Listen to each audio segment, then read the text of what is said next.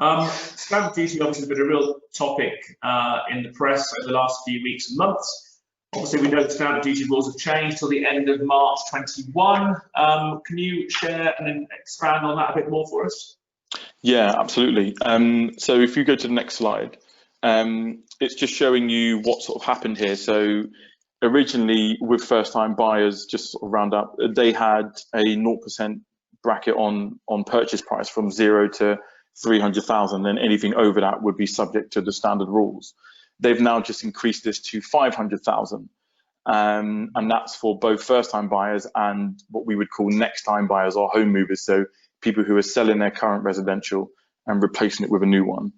Okay. This does expire 31st of March 2021, and according to the Gov website, it will just revert to what the rules were before, which are on the next slide as we'll have a look.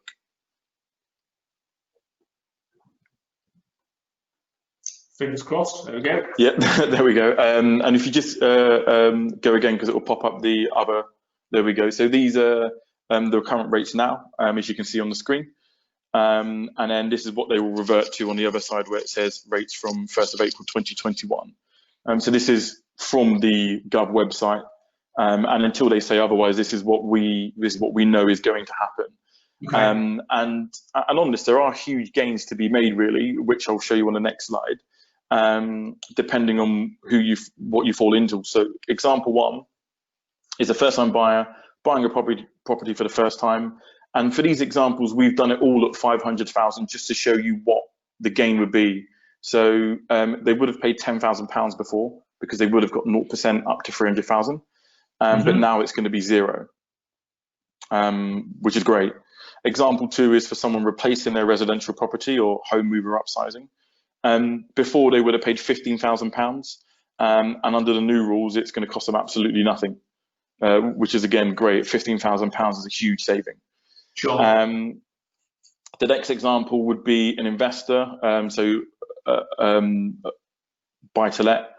So they would have paid £30,000 before, and this has now gone down to £15,000, which is a huge saving. And as if we have any investors here that are listening, we know that in the past, the rules haven't been kind to investors at all. It's just more and more tax, and things are becoming less and less favourable, which I know is another whole topic in itself, which I know we're going to probably discuss at a later date. But it's really nice to see that it is going to help out every type of buyer rather than just the first-time buyer or just the home mover. And I think that's a great thing because it's becoming more and more difficult for people to look at buy-to-let. So this should encourage people to do more investments, which is great.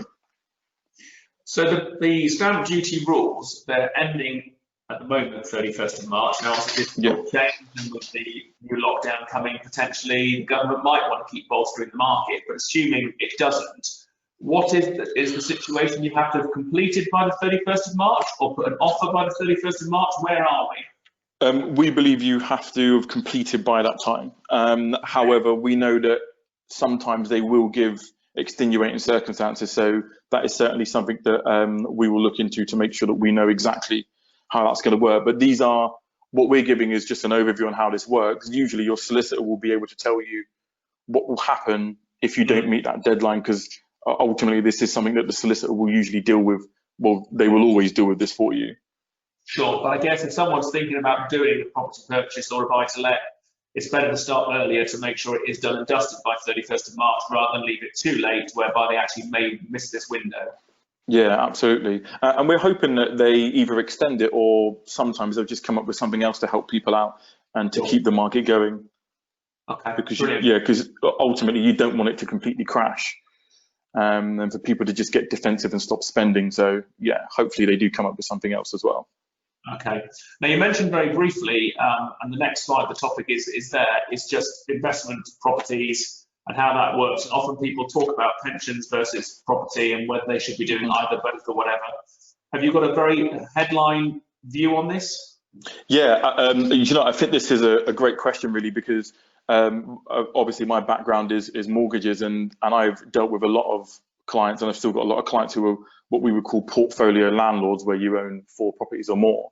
And we tend to find that people who have a portfolio property, they couldn't think of anything other than having property. And then some of the new clients that I have are more on, they don't want to enter the investment market in terms of property. However, because as I just discussed, the rules on buy-to-let property are becoming less and less attractive, especially if you're going to enter into it as a new landlord. People are now sort of considering what they want to do, whether they actually want to put their money into property or whether they want to do pensions. We know that we could be sat here talking about this forever and a day, and it is a whole new topic, which I know that we definitely want to discuss. But yeah, it's something that we know that buy-to-let is becoming more and more difficult for new people. So it's whether looking at a pension might actually be more beneficial for them. So yeah, that's the main thing really. Okay, I mean, so that's something perhaps we can pick up a different webinar specifically just around pensions for landlords versus properties and so on and so forth. Yeah, definitely, because there's so many things to discuss in terms of tax gains and property values. This is a whole new topic on its own, which we definitely will be covering. So. Okay, brilliant. I've had a few questions come in, Jewayne. I know we're at 20 minutes now, so we've probably got 5 minutes or so. One of the questions we've had in is, with obviously the second lockdown actually coming in, what is the current process with regards to people who are currently buying, with regards to valuations, solicitors? Should they carry on doing viewings? Should they stop? Where is the market at the moment? That's a good question. I think if I just go back to the first lockdown, as soon as that happened, most people, pretty much everyone, shut up shop completely. You couldn't do valuations at all. There was pretty much no help for anybody, and the market was really, really busy. Now, because we've already had a lockdown, I guess the lenders seem to be a little bit more prepared, and they seem to have a little bit more help. So I've received a few emails in the past couple of days, which is Monday and even this morning, of lenders that are still actually going to carry on doing the applications and doing valuations. And a couple of conversations I've had yesterday are that they will still go out and do physical valuations. They may just, it sounds a bit odd, but they, from what I gather, is they'll just be walking around the property. They might be looking through windows, which seems a bit odd, but I know that they're trying to endeavour to do this so that people can get their applications across the line. What they don't want to do is stall again, as they've just become not less busy, but they've just started to put more staff on the phones and more staff to help out with these applications. So before, when we were submitting things in April, May, July, it was about an hour and a half on the phone to get through to anyone. Yesterday, it took me about 3 minutes to get through to Halifax, which are one of the largest lenders.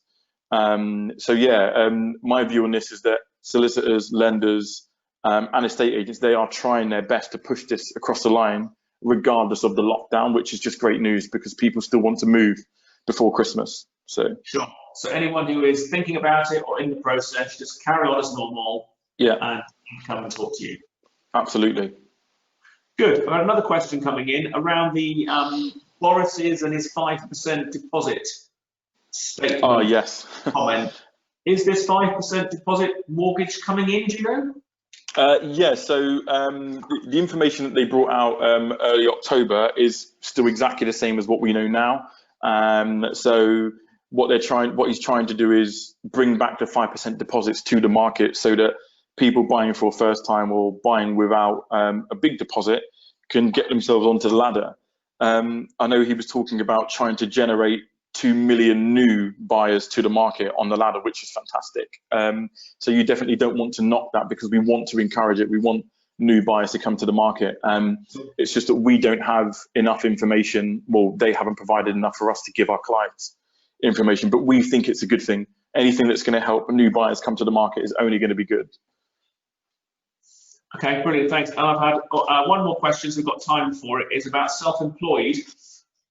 Just generally, self-employed normally find it quite difficult getting mortgages. Is this particular time more difficult for people who have got only a couple of years self-employed accounts, or they're working on contracts? Lots of people are sort of doing 0-hour contracts and contracting and whatever. How does that work in the mortgage market at the moment?